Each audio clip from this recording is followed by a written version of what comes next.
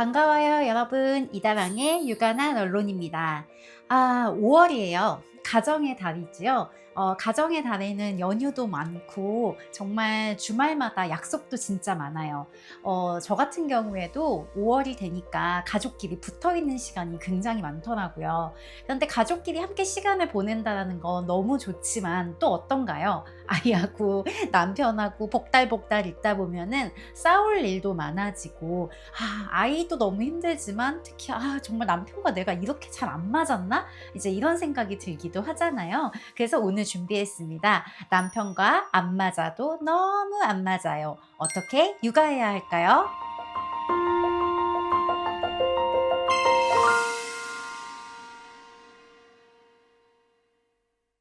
자, 제가 요즘 육아 상담하다 보면은 예전에 비해서 정말 남편분들이 많이 육아에 또 참여하고 관심도 되게 많으신 것 같아요. 실제로 제가 주말에 하는 상담에는 남편이 같이 오시는 경우가 거의 80%가 넘고요. 그리고 온라인 상담 같은 경우에도 엄마하고만 상담하는 게 아니라 아빠가 옆에 앉아서 이렇게 듣고 계시거나 질문을 이렇게 하시는 경우들을 아주 많이 보게 돼요. 이제 그만큼 아버지가 굉장히 육아에 대한 관심이 높아졌다라는 거겠지요. 근데 제가 회사 같은 곳에 가서 강의를 할 일이 있는데 그럴 때 보면 아버님들의 눈빛도 예전과는 굉장히 많이 다릅니다. 특히 제가 사춘기 이런 강의 같은 걸 하면은 막 뒤에서 눈물을 이렇게 막 훔치시는 아버님들도 계세요. 여전히 아빠가 이제 양육에 참여할 수 있는 시간이 절대적으로 부족한 것은 사실이에요. 그러다 보니까 사실 엄마 아빠는 원래 다른 사람이고 둘만 살기에도 굉장히 빡빡한데 여기에 아이들을 키워야 하는 큰 어떤 이슈까지 있다 보니까 조금 더 서로의 차이를 많이 느끼게 되고 부딪히게 되는 경우가 많은 것 같아요. 그래서 남편과 양육관이 너무 다르고 갈등이 있는데 어떻게 해야 하나요? 라는 질문 현장에서나 온라인으로 많이 주셔서 그것에 대해서 좀 이야기 나눠보려고 합니다. 저는 오늘 5가지에 대해서 여러분과 좀 이야기 나눠볼 건데요. 이 5가지만 잘 알고 계셔도 남편과 좀 더 좋은 육아, 건강한 육아 하실 수 있을 겁니다.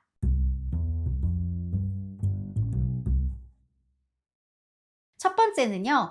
우리가 그냥 말로 안 맞아, 안 맞아. 너랑 나랑 너무 안 맞아." 이제 이렇게 얘기를 하게 되는데 남편과 내가 구체적으로 뭐가 다른지에 대해서 좀 알아야 한다, 생각해 봐야 한다라는 점을 강조드리고 싶습니다. 그냥 안 맞는다고 생각하면 어떤 부분에서 우리가 맞춰 나가야 하는지라든가 저 사람과 나의 욕구가 뭐가 다른지에 대해서 생각하기가 되게 어려워요. 그런데 구체적으로 뭐가 다른지를 생각해 보게 되면 우리가 조금 더 맞춰 나갈 수 있는 부분들이 분명해지는 효과들이 있습니다. 기질 같은 것들도 굉장히 좋은 기준이 될 수 있는데요. 예를 들어서 자극 추구의 경우 아빠나 엄마 중에 자극 추구가 많은 사람은 이것저것 많이 하고 싶고 일도 많이 벌리고 '야 여기 갈까 저기 갈까.' 하고 막 이렇게 에너지가 넘치고 호기심이 있는 반면에 자극 추구가 별로 없는 양육자는 굉장히 그 에너지와 텐션을 따라가기가 너무 힘들 수가 있어요. 그렇기 때문에 서로 이 새로운 것에 대한 어떤 탐험, 그 활동 이런 거에 대한 양을 함께 조금 조정해 나가는 게 필요하겠지요.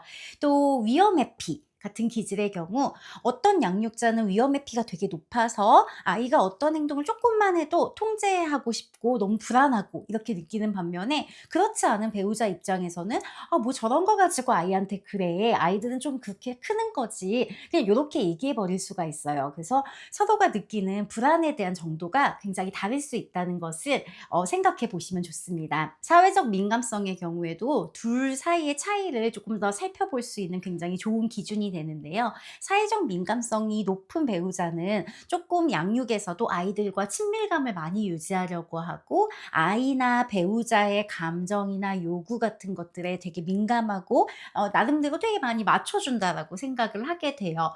그런데 반면에 사회적 민감성이 좀 적은 양육자의 경우에는 혼자만의 시간이 더 많이 필요하고 친밀감이나 너무 붙어 있는 어떤 시간들이 조금 더 괴롭게 느껴질 수도 있고요. 그리고 무엇보다도 아이하고 관계 맺는 것에 있어서 어려움을 느낄 수도 있어요. 그렇기 때문에 우리가 사회적인 민감성이 얼마나 다른지를 서로 살펴보면서 서로에게 적당한 휴식도 주고 또 가족이 서로 원하는 밀착되는 시간도 주면서 이렇게 맞춰 나갈 수 있다면 되게 좋겠지요. 그래서 구체적으로 우리가 얼마나 다른지에 대해서 조금 생각을 해 보셨으면 좋겠습니다. 두 번째는요. 시작하면서 말씀을 드린 것처럼 남편과 아내 이렇게 둘이 있을 때 주 양육자, 주로 엄마가 되는 경우가 아직은 많지요. 주 양육자에 비해서 인제 다른 양육자는 아이에 대한 여러 가지 사안들에 대해서 알기가 쉽지 않아요. 사실 이게 퀴즈 노트를 꼼꼼하게 보기도 어렵고 또 학교 생활에 대해서 잘 알기도 어렵죠. 친구들 이름 같은 거 신경 써서 외우지 못하는 경우도 있고 어떤 직종에 따라서 뭐 좀 되게 바쁜 시기가 지나거나 출장을 오래 다녀오거나 이러고 나면 아이가 쑥쑥 커 있는 경우가 굉장히 많아요.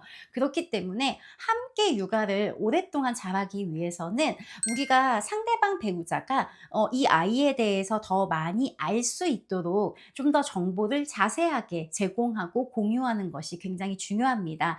특히 아이들 시기에는 굉장히 좋아하는 것도 많이 바뀌잖아요. 그렇기 때문에 "그거 아니야. 요즘은 이거 더 좋아해." 이런 식으로 좀 얘기도 해 주고요. 아이가 원에서나 학교에서 있었던 일, 또 사진 이런 것들을 좀 신경 써서 같이 공유를 해서 일하고 있는 부모 혹은 양육에 조금 시간을 덜 쓸 수밖에 없는 부모가 아이하고 상호작용할 때 아이가 좋아하는 것에 대해서 아이의 관심 분야에 대해서 이야기 나눌 수 있도록 조금 소스를 제공하는 것이 중요하겠다. 이런 것을 강조드립니다. 세 번째는요. 되게 중요한 건데 서로 훈육을 뺏지 않는 것이 굉장히 중요합니다. 이 아이를 키우다 보면 훈육을 주로 담당하는 사람이 있기 마련입니다. 근데 제가 다른 영상에서도 말씀을 드렸듯이 너는 훈육 안 하는 담당, 나는 훈육하는 담당 이렇게 나누기보다는 훈육을 하는 행동에 대해서 일관되게 같이 접근하는 게 되게 중요하다고 이야기를 드린 적이 있는데요. 그렇기 때문에 엄마만 훈육하고 아빠는 훈육하지 않고 이런 것이 아니라 사실 아빠도 중요한 것에 대해서 훈육을 같이 하는 게 굉장히 중요합니다.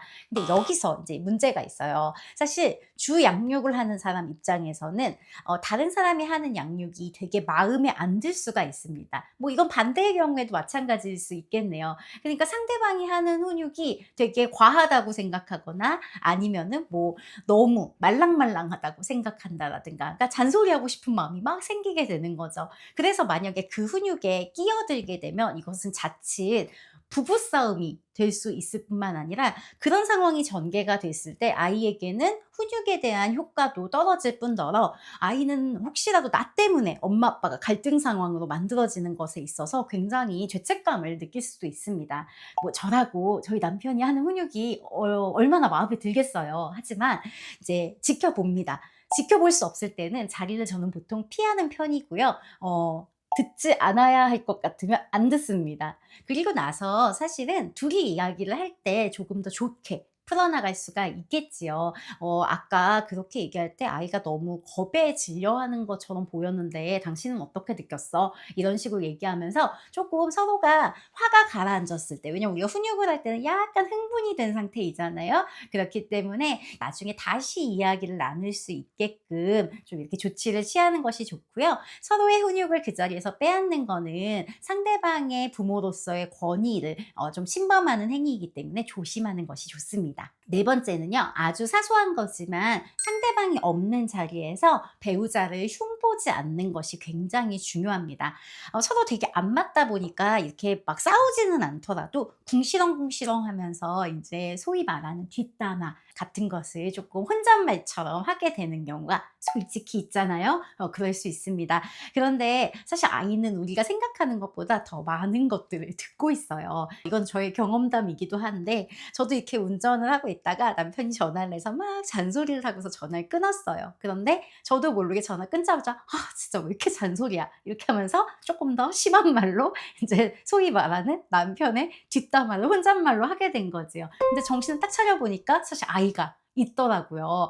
그냥 아이가 이 모든 모습을 다 보고 있다라는 거죠. 그런 경우에 이 부분들을 이제 취소할 수가 없는 거죠. 그래서 이런 실수는 '아 내가 무심결에 할 수 있구나.'라는 것을 좀 인지하고 그러지 않도록 주의를 하는 것이 필요합니다. 또 이제 우리 아버님들 같은 경우에도 "야 니네 엄마 도대체 왜 저러냐?" 이제 이런 식으로 얘기하는 것들 사실 서로의 권위를 깎아먹고 함께 육아하는 것을 방해하는 요인이기 때문에 조금 더 서로 주의하는 것이 필요하겠습니다.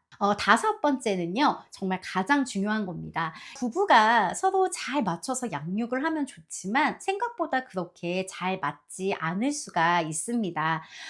그건 둘이 살아온 방식도 너무 다르고 각각 부모에게 받은 양육의 패턴도 다르고 그다음에 본인이 가지고 있는 상처 또 내가 내 자녀에게 주고 싶었던 것 이런 것들이 다 다르기 때문인데요. 가장 좋은 것은 이런 것들에 대해서 이야기를 한번 나누는 시간을 가져보는 겁니다. 사실 이건 결혼하고 나서 아이가 생기기 전에, 첫 아이가 생기기 전에 했으면 가장 좋은 것이긴 하지만 이미 우리가 못했다라면 지금이라도 내가 기대하는 부모상, 내가 생각하는 나의 상처, 내가 아이한테 꼭 주고 싶은 거, 이런 거에 대해서 좀 이야기를 나눠보시는 것도 너무 좋고요. 특히 첫째 아이를 낳고서 둘째나 셋째를 임신했을 때, 낳았을 때, 이 각자가 맞이이냐, 막내이냐, 둘째이냐, 다 이제 상황이 다르잖아요. 그러니까 서로 다른 형제 순위에서 경험했던 것들을 나누고, 나는 맞이로서 이런 부분이 힘들었어. 나는 막내라서 이런 게 좀 그랬어. 이런 것들을 많이 이야기 나눔으로써 서로 좀 양육에 대한 초점을 함께 맞춰 나가는 것이 너무 중요합니다.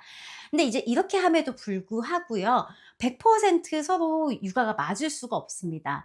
육아를 엄마 아빠가 함께 한다라는 건 오히려 엄마 아빠가 다르기 때문에 전혀 다른 사람이기 때문에 아이한테 더 유용하다, 좋다라고 생각하는 입장입니다. 왜냐하면 아이에게는 결국 사회에서 살아나가기 위해서 많은 사람들을 경험하고 적응성을 키워나가는 것이 가장 중요한 발달이라고 볼 수 있는데요. 그런 면에서 엄마와 아빠 그리고 형제 관계는 정말 세상에 다양한 관점을 가진 사람들이 존재한다라는 것을 가장 직접적으로 가장 자주 보여줄 수 있는 사회적 자산입니다. 그렇기 때문에 예를 들어서 맨날 아이스크림을 절대 밥 먹기 전에는 안 주는 엄마가 있어요. 하지만 아빠도 아이스크림을 절대 안 줘요. 그럼 얘가 살고 있는 세상은 너무 팍팍한 거예요. 물론 예시입니다. 너무 팍팍한 거예요. 내가 아이스크림을 못 먹는 거, 밥 먹기 전에는 못 먹는 거, 이게 원칙이기는 하지만 때때로는 나한테 밥 먹기 전에 아이스크림을 줄 수 있는 달콤한 세상도 좀 필요한 거지요. 이렇게도 해보고 저렇게도 해보고 이런 상황에서는 아빠의 이런 조언도 들어보고 엄마의 이런 측면에서 오는 조언도 들어보고 이런 것들이 아이를 굉장히 풍성하게 유연하게 자라나게 도와주는 기능을 합니다. 그래서 무조건 엄마 아빠가 다른 것이 꼭 나쁜 것만은 아닙니다. 다만 여기서 주의해야 될 것은 아주 중요한 것, 특히 훈육, 나나 타인에게 위험이나 안전상의 어려움을 주는 것들에 대해서는 부부가 꼭 이야기를 나눠서 뜻을 합쳐서 아이에게 훈육의 목표로 삼아야 된다는 점입니다. 사사로운 것들은 그냥 조금씩 차이가 있고 그래도 괜찮은데 아이가 친구를 때려, 침을 뱉어, 퇴 이런 것들 어떤 행동을 보인다. 그럼 이런 행동에 대해서는 우리가 동시에 똑같이 안 돼라고 아이한테 계속 메시지를 주고 하지 않도록 이렇게 이야기를 맞춰서 하자라는 어떤 합의가 필요한 거지요. 우리 아이를 키우는 데 있어서 지금 가장 중요한 훈육이 무엇인가에 대해서 의논하는 과정이 있기 때문에 조금 더 감정 조절이나 훈육의 양을 조절하는 데도 도움이 되고요. 더불어서 부모가 함께 아이에 대한 공동의 이해를 만들어 나가는 데도 굉장히 큰 도움이 될 수 있습니다.